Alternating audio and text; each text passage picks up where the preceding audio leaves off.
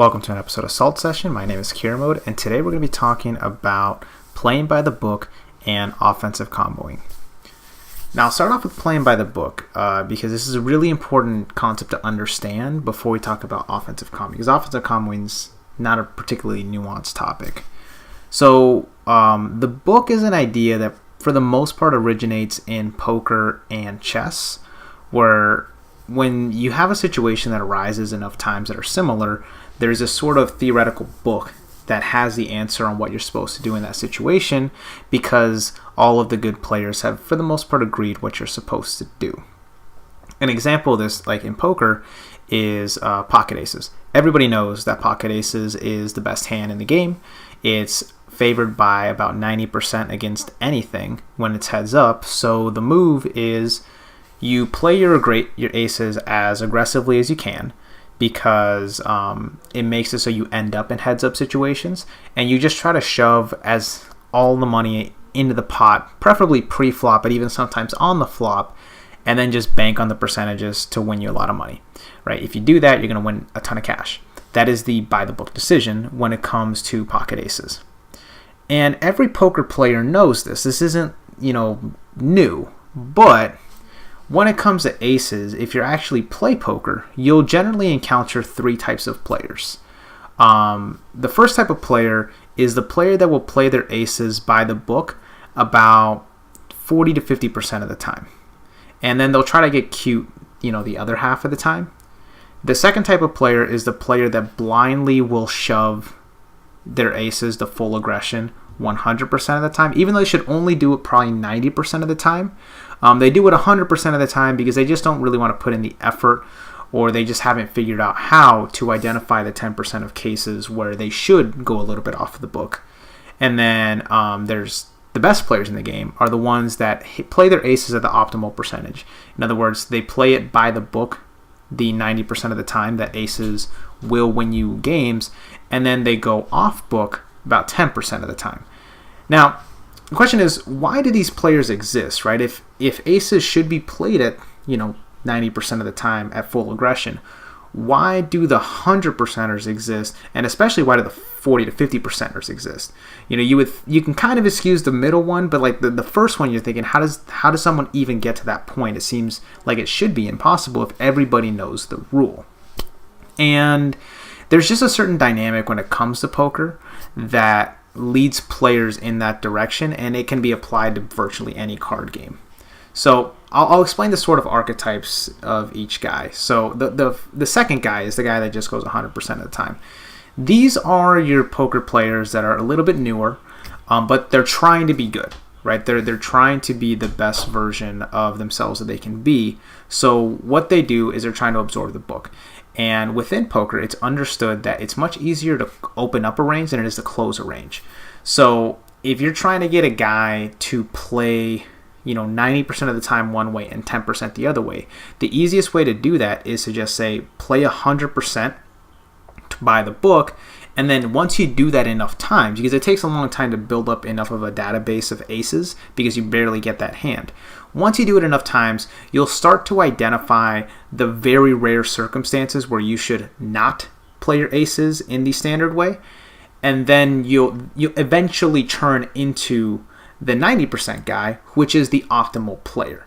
So those two are very much related in that sense, where the 90% guy is sort of an evolution of the 100% guy. Now, then you have the 40 to 50%er guy, like the first guy that I mentioned. And the reason that guy exists is that guy's not generally as dedicated as the 100% guy, and he's not as good as the 90% guy. So the profile of the 40 to 50% guy, he's the guy at the table that's always trying to be cute. He's the guy that anytime he plays aces and like shit goes wrong, or he tried to make a big play and it didn't get as much money as he was hoping for, he's the guy that's immediately talking to every single dude at the table about how he was playing like effectively four-dimensional chess in his head, and like trying to read everyone's hand. And he's just the guy that had the entire plan and it just never works. And you're just kind of looking at him at the table like, why don't you just shove your chips in? Because you're being fucking dumb, right? That's sort of your thought when you're sitting there. But this dude exists at basically every table. I would say he's actually more of a common player than anybody else, than the 100%ers or even the 90%ers. Because the 40% guy, he's the guy that basically saw the 90% guy do something cool, and he's like, oh, I want to do that. So what ends up happening is this is the guy who he watches poker videos, and he saw that Phil Ivey did a really cool move with aces one time, and then he saw Phil Hellmuth did something cool, and then he saw Daniel Negreanu do something cool. And so, or maybe even at like his local tournament, right? He might have been at a regular like $50 buy-in, or maybe even just like a small 1-2 cash game. And as he's watching other players do stuff, when he sees like a good player do something interesting, he just kind of saves it in his catalog. And what ends up happening is when he draws the aces, he knows what the book says to do. He knows that the book just says, shove the chips in, right? Don't even really think about it too much. Shove the chips in except for very rare circumstances. But because he's seen enough times where top players have these YouTube videos where they did something crazy, he just sort of catalogs them. And then anytime he has the aces, he's looking for any opportunity possible to not do the by the book thing. He's just looking for any opportunity to just do the crazy thing, because that's more interesting to him, right? These are the sorts of players that kind of look down on the 100% players. Like the 100% players are kind of like robots. So they kind of think like, oh yeah, they're not having fun, they're not smart, they don't know what they're doing, and they fail to see that in order to become the good player, you have to start off as a sort of robotic player to begin with to get to that evolution. They just miss that. They just want to try to jump straight to the 90%er, and you can't do that. You can't start off by making all these really bad plays and then like slowly chip down to the point where you're playing optimally. That's not how that works. Like what you have to do is you have to start off playing a little too conservatively, and then you can open your shit up. And I see this a lot as like the corollary. You can see this in every card game, but in Dragon Ball in particular, this is where offensive comboing comes in. So offensive comboing is something that you should very rarely do, pretty much never do in a game. And when you watch players play, players will find a reason to offensive combo. They're just like looking for a way to do it. And I think the biggest reason is they don't understand why it's such a bad move. So I'll try to explain in my best words why it's such a terrible move, and then go further.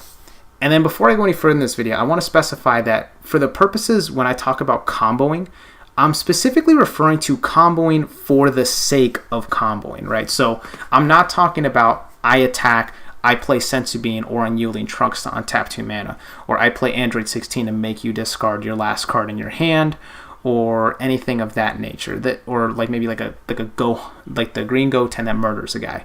If you're playing a card in your combo stack, but the purpose of that card isn't for the combo power, it's for some other ability, and you would do the exact same move if the card were 0k, that's different, right? Sometimes people throw cards in combo just so that way they can fill up their drop with enough cards to play an Overwhelm card. At that point, you're not comboing for the sake of comboing, you're comboing for the sake of some other effect that maybe is worth it, maybe not, but that's a separate discussion, right? Like at that point, you're having a different value assessment. I'm talking strictly, is it worth it to play this card to get a 5k or a 10k boost? That's it. That's the only thing that this video is covering, is whether or not that's worth it. So when it comes to offensive comboing, the biggest problem that it has is that you're giving agency to your opponent to outplay you. So when you attack someone, you're attacking one of two things, right? You're either attacking a battle card or you're attacking your opponent's life. One of those two things is being attacked. So if I attack 15k on 15k, my opponent's going to do one of two things. They're either going to take a life, right? And that's probably not what we want, right? Because then they just get a card. If you're attacking a battle card, they might lose the battle card, or they're going to lose a card out of their hand, probably a 5k. And if we're lucky, they're dumb enough to combo like an Unbreakable, and now you gain a little bit of extra value because like that Unbreakable is now not in their hand for when they really need it later. But for the most part, if you assume your opponents are good, and you assume they're going to make good decisions, they're going to lose either a card on the board, a card in their hand, or they're going to take a life. All those situations aren't bad. But the problem is, if you then combo up, let's say you throw like a 5k in there, and now you're at 20k versus, this exact same situation, they have the exact same options. Like, if they take a life, they take the same life they would have taken if you would have swung 15k, and now you just lost a card. Or if there's a battle card, if you throw like the 5k in and they were going to let the battle card go anyways, Now you just pissed away a card. And then similarly, if they want to actually defend it, now instead of burning a 5k to defend it, they just have to burn a 10k to defend it, in which case it's still one card that they use. And now using Unbreakable is actually not that bad of a decision, because, you know, if they were going to at first defend with a 5k, now if you defend with the 10k, you're getting full value off of the card, and you get the cycle. So you don't want to give your opponent that decision. And if you say, oh, well, what if I combo up 10k above as opposed to, you know, being naked? Well, but they could still defend it, right? Depending on what the card is. Like if you combo 10k above, like let's say you use like an Unbreakable offensively, or God forbid you played a super combo offensively, and you're just swinging at their life, they just take the life, and now you just lost a super combo. So you're down 2 cards effectively in your deck. And then if you attack their battle card, it's the same deal. They can always just let the battle card go or combo back at you. And if they combo back at you, they're probably just comboing like a super combo. And this is the problem, which is that every time that you combo, you give your opponent the opportunity to either outvalue you on the combo or break even. Or worse, they just do nothing. They let your attack go through, and you just wasted a whole bunch of value on your offensive combo. It's one of those range of values. So your range of values, if you offensive combo, best case scenario, you break even. Worst case scenario, you lose a ton of value. This is, again, presuming that your opponent's not an idiot, right? Against idiot opponents, they might find ways to lose value on a defensive combo. But if you're playing against someone that's dumb enough to do that, you're going to win no matter what. It doesn't really matter what you do, so you can just offensive combo your heart out against potatoes. But against good players, anytime that you offensive combo, you're just giving them the opportunity to outplay you, and there's almost no way that you're going to gain a positive advantage off of that. Now, there is, of course, an exception to this rule. So the exception is kill shots. So kill shots are different because on a kill shot, your opponent has to defend. They don't have an option. So like if they're at 1 life and you're attacking with a guy and you start comboing up, they have to combo back, right? So if you combo up and they combo back, you break even. But there's a decent chance that they might not be able to out-combo you. So you might just win the game right there. So now your range of values changes. The top end of your range on a kill shot is you win the game, and the bottom end is you break even. That's a much better situation. And it completely inverts the chart. Like when you offensive combo on a non-kill shot, you're at best breaking even. But when you offensive combo on a kill shot, you at worst break even. And the break even point is just whether or not they combo back at you. So if you can force them to combo back at you, then it's a little bit different in terms of how you would make the equation for offensive comboing. Now, the most common thing that I'll hear people say, like whenever I say, because like when I talk to players, the rule I give is never offensively combo unless it's a kill shot.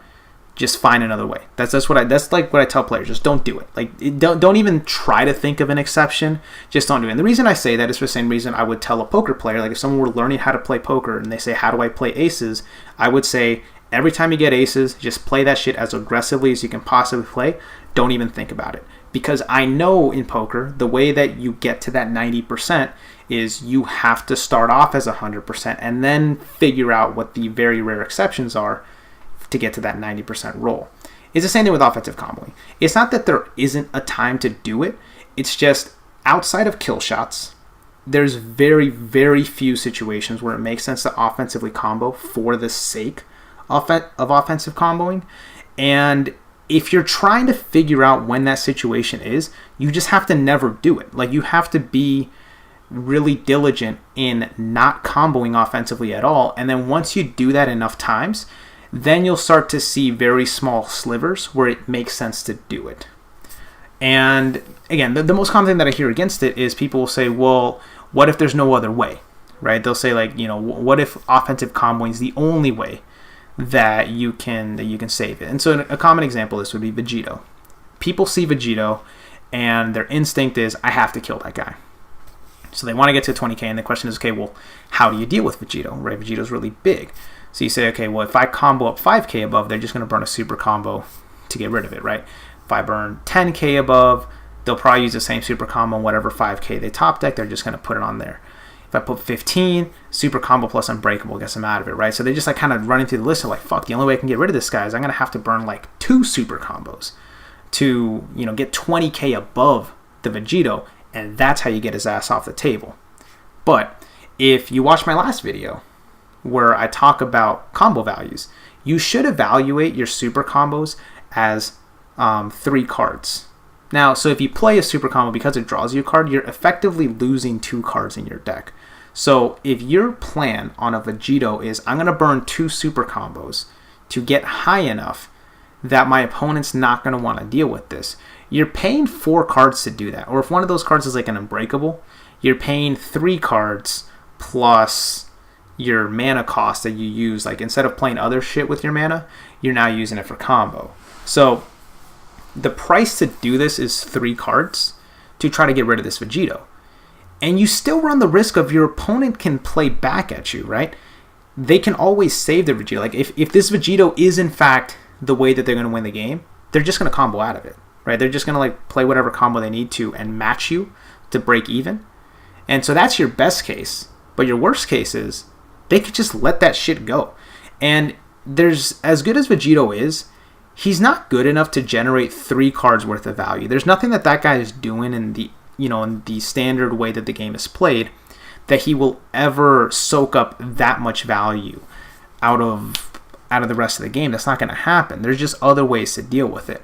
And the problem with the player's line of thinking that would lead them to think that they should way over combo to deal with them is the assumption that you have to deal with Vegito, right? That there's no other way to win the game other than the Vegito.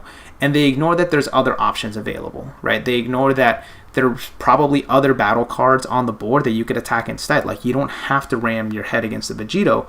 You can swing at the 15k Gohan that's sitting on the table. You can swing at their Frost. You can swing at maybe another card that they have like a Topo that they won't be as inclined to defend. Like there's just other things you can do on your turn, or you can not attack. Like that's an option too. Like you don't have to immediately deal with them. You can wait a turn and see if you get a better answer. You can play a bigger attacker, and you can also just wait.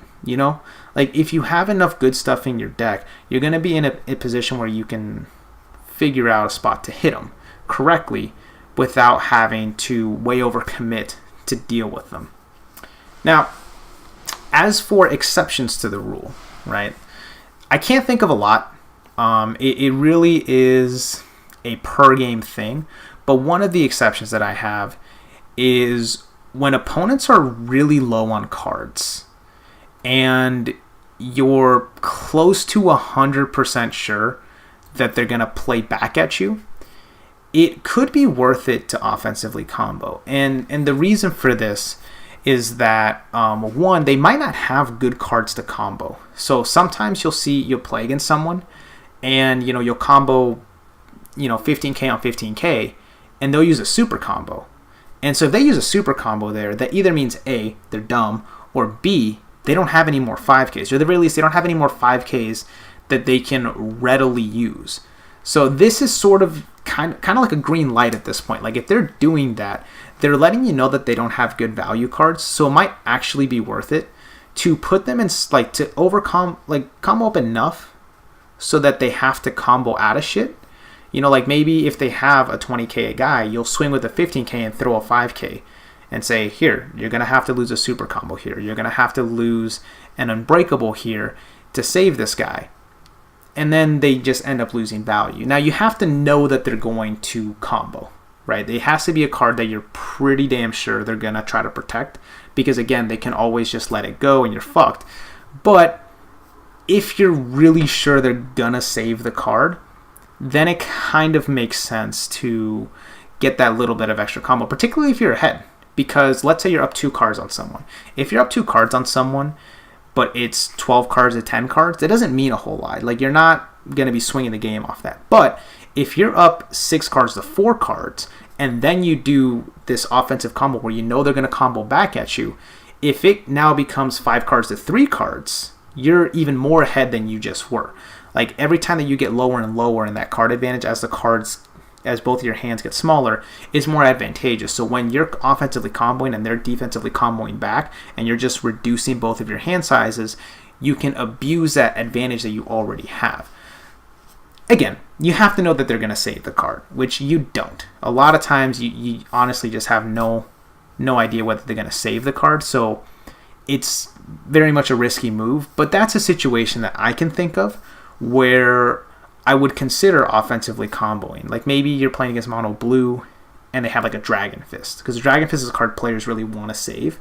So if they have that card but they're at such a low hand size and you have enough of an advantage to justify it, that's when you start offensively comboing your Unbreakables. Maybe you throw another like random 10k in combo, because then at that point, if they don't play back at you, you still have enough of an advantage where you're probably not immediately losing the game off of that. But if they do offensively combo, your advantage really just starts pumping ahead forward. But again, exception. I wouldn't try to go into every game thinking that this is what you should do. I would go into every game saying, just don't offensively combo. Just think of it as an option that's not available to you at any time. And then your game will immediately become better. And it's the fastest way to get better, to be honest. If you're a player and you're not winning a lot of games, you're not crushing people in tournaments, and you want to know how to get better, the quickest way to get better right now is, number one, net deck, obviously. But number two would be just don't offensively combo. If you just eliminate that from your game, you're going to be better. Because my personal percentage that I've noticed when I've played is, I notice depending on the deck, I will offensively combo, again, in non-kill shot situations, about 10 to 20% of games. Not 10 to 20% of turns, games. So about, my typical tournament is about 4 rounds, single elimination. About once every 2 tournaments, I will find a reason to offensively combo for the sake of offensively comboing. It's very rare that I do it. And sometimes I just don't do it at all. Like I might just go 20, 30 games without ever doing an offensive combo. And it's just because it's such a bad value play, and the situations where it would make sense to do it are so few that I don't even really think about it too often. I mean, the best you'll get out of me is I'll throw a card away to make sure my drop has 5, so then I could play Banisher Fu. Like, that sometimes happens. But even then, that's not comboing for the sake of comboing. I will basically just not combo the whole game, and then when I have an opportunity for a kill shot, drop the hand. That's roughly how all my games go. Now, when I play against people, though, I notice that people find a way to offensively combo against me almost every game. Like, I would say that about 90 to 95% of games where I play against people, at least one time during the game, the other player will find a reason to offensively combo. They'll use an Unbreakable offensively, or they'll try to play an extra 5k to make sure that they're 10k above whoever I have as a defender or something. Like they'll just find some idiotic way to offensively combo, because that's what players naturally want to do. Players naturally want to combo because they want to play cards, but 2, they want to feel more secure in whatever they're doing, right? It doesn't feel good as a player when you swing 20k on, there's a 20k guy that I have, and you have a 20k attacker. It doesn't feel good to swing 20k on 20k and say no combo, and just know that your opponent can pitch a 5k and they're out of it. That never feels good as a player. Like, players like the security of thinking, if I just combo, 10k or 20k above, I know this card's going to die, and it will, but you're going to lose the game. And they don't think about it that way. You're just thinking immediate, what's directly in front of you, and you just want to deal with a problem. And you're not thinking that trying to deal with that problem is what's going to cause you to lose the game in 3 turns. So that's all I would say. If you're new, play by the book. The book is don't offensively combo, and you'll immediately be better. And in due time, in a couple months of just never comboing in games, you'll figure out the situations where it makes sense to actually offensively combo for the sake of comboing.